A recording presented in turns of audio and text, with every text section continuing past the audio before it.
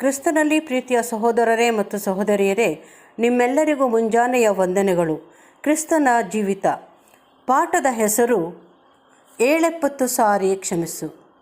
Reprints ಪುಟ 5134, ಪುಟದ ಸಂಖ್ಯೆ 110, 111. ಆತನಿಗೆ 100 ಹಣ ಕೊಡಬೇಕಾಗಿದ್ದವನು. ಆ ಸೇವಕನು ಹೀಗೆ ಬಿಡುಗಡೆ ಹೊಂದಿ ಹೊರಗೆ ಬಂದು ತನಗೆ ಸಾಲ ತೀರಿಸಬೇಕಿದ್ದವರಲ್ಲಿ ಕೆಲವರನ್ನು ಹುಡುಕತೊಡಗಿದನು. ತನಗೆ 100 ಹಣ ಕೊಡಬೇಕಿದ್ದ ಒಬ್ಬ ಜೊತೆ ಸೇವಕನನ್ನು ಹಿಡಿದನು. ಆ ಹಣವು ತಾನು ಕೊಡಬೇಕಿದ್ದಲ್ಲಿ ಹೋಲಿಸಿದ್ದಲ್ಲಿ ಅದು ಬಹು ಅಲ್ಪವಾಗಿತ್ತು. ಆತನು ತನ್ನ ಜೊತೆ ಸೇವಕನ ಕುತ್ತಿಗೆ ಹಿಡಿದು, ನೀನು ನನಗೆ ಕೊಡಬೇಕಾದ 100 ಹಣವನ್ನು ಕೊಡು ಎಂದು ಹೇಳಿದನು. ಆತನ ಜೊತೆ ಸೇವಕನು ಅವನ ಪಾದಕ್ಕೆ ಬಿದ್ದು ಕರುಣೆಯನ್ನು ಬೇಡಿಕೊಂಡು, ನನ್ನನ್ನು ಕರುಣಿಸು, ನಿನ್ನ ಸಾಲವನ್ನೆಲ್ಲ ತೀರಿಸುವೆನು ಎಂದು ಹೇಳಿದನು.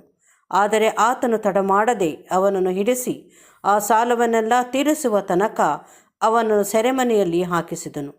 ಈ ಸಂಗತಿಯು ಕಡೆಯಲ್ಲಿ ಒಡೆಯನ ಕಿವಿಗೆ ಬಿತ್ತು. ಆತನನ್ನು ಕರೆಸಿ ಹೀಗೆ ಹೇಳಿದನು, ಎಲಾ ನೀಚನೇ, ನೀನು ನನ್ನನ್ನು ಬೇಡಿಕೊಂಡಿದ್ದರಿಂದ ಆ ಸಾಲವನ್ನೆಲ್ಲ ನಾನು ಬಿಟ್ಟು ಬಿಟ್ಟೆನಲ್ಲ. ನಾನು ನಿನ್ನನ್ನು ಕರುಣಿಸಿದ ಹಾಗೆ ನೀನು ಸಹ ನಿನ್ನ ಜೊತೆ ಸೇವಕನನ್ನು ಕರುಣಿಸಬಾರದಾಗಿತ್ತೆ ಎಂದು ಹೇಳಿದನು. ಮತ್ತು ಆತನು ಕೋಪಗೊಂಡು ಶಿಕ್ಷೆ ವಿಧಿಸಿ ಅವನು ತನ್ನ ಸಾಲವನ್ನೆಲ್ಲ ತೀರಿಸುವ ತನಕ ಅವನನ್ನು ಪೀಡಿಸುವವರ ಕೈಗೆ ಒಪ್ಪಿಸಿದನು. ಇಲ್ಲಿ ಒಂದು ಮುಖ್ಯವಾದ ಪಾಠವಿರುವುದು. ಆ ಪಾಠವೇನು? ಅದೇನೆಂದರೆ, ಕ್ರಿಸ್ತನ ಸಲುವಾಗಿ ದೇವರು ನಮ್ಮನ್ನು ಕರುಣಿಸಬೇಕೆಂಬುದನ್ನು ಬಯಸುವಂತೆ ನಾವು ಒಬ್ಬರನ್ನೊಬ್ಬರು ಕರುಣಿಸುವವರಾಗಬೇಕು. ನಮ್ಮ ಪಠ್ಯಭಾಗದಲ್ಲಿ ಈ ಪಾಠವು ಚೆನ್ನಾಗಿ ವ್ಯಕ್ತವಾಗಿರುವುದು. ದೇವರು ನಮ್ಮನ್ನು ಕ್ರಿಸ್ತನಲ್ಲಿ ಕ್ಷಮಿಸಿದಂತೆ ಅಲ್ಲದೆ ಅನುದಿನವೂ ನಮ್ಮ ತಪ್ಪುಗಳನ್ನು ಕ್ಷಮಿಸುವುದನ್ನು ಮುಂದುವರಿಸಿರುವಂತೆ ನಾವು ಒಬ್ಬರಿಗೊಬ್ಬರು ಕರುಣಿಸುವವರು, ಅಂದರೆ ಮೃದುವಾದ ಹೃದಯವುಳ್ಳವರು ಆಗಿರಬೇಕು.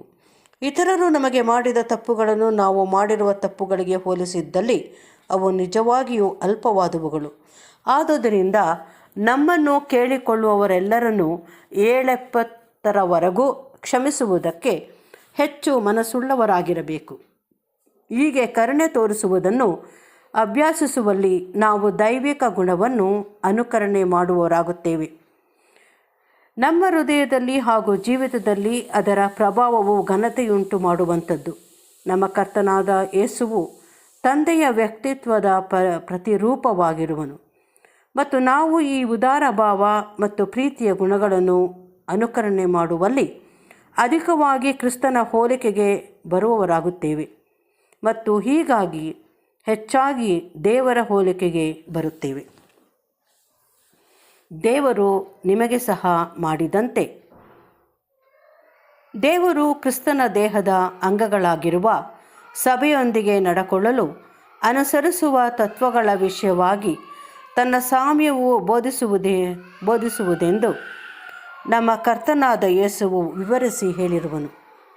ಅವರು ಕ್ರೂರಿಗಳು, ಅನುಕಂಪವಿಲ್ಲದವರು ಆಗಿ ತಮ್ಮ ಸಹೋದರರಿಂದ ನ್ಯಾಯದ ವಿಷಯದಲ್ಲಿ ಕಠಿಣವಾಗಿ ಲೆಕ್ಕ ತೆಗೆದುಕೊಳ್ಳುವವರಾದಲ್ಲಿ ಆಗ ಪರಲೋಕದಲ್ಲಿರುವ ತಂದೆಯೂ ಸಹ ಅವರ ವಿಷಯವಾಗಿಯೂ ಹಾಗೆಯೇ ನಡಕೊಳ್ಳುವವನಾಗಿ ಅವರ ದೋಷಗಳೆಲ್ಲವುಗಳ ವಿಷಯವಾಗಿ ಲೆಕ್ಕ ತೆಗೆದುಕೊಳ್ಳುವನು.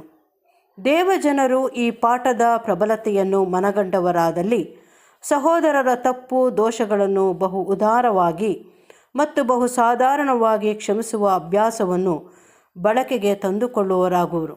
ಯಾಕೆಂದರೆ ಪರಲೋಕದ ತಂದೆಯು ನಮ್ಮ ದೋಷಗಳೆಲ್ಲವುಗಳ ವಿಷಯವಾಗಿ ಪೂರ್ಣವಾಗಿ ಶಿಕ್ಷಿಸುವವನಾಗಿ ಅವುಗಳಲ್ಲಿ ಯಾವುದನ್ನು ಕ್ಷಮಿಸಲು ನಿರಾಕರಿಸಿದರೆ ನಮ್ಮಲ್ಲಿ ಯಾರು ಅದನ್ನು ಭರಿಸಲು ಸಮರ್ಥರಾಗುವರು.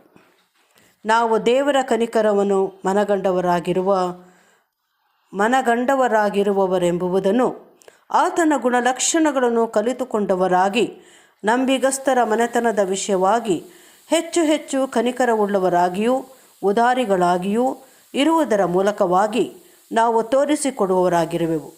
ನಾವು ಸಹೋದರರ ವಿಷಯದಲ್ಲಿ ಕನಿಕರವುಳ್ಳವರಾದಲ್ಲಿ ಸಹಜವಾಗಿಯೇ ನಾವು ಮನುಷ್ಯರೆಲ್ಲರ ವಿಷಯವಾಗಿಯೂ ಉದಾರಿಗಳಾಗಿರುವೆವು.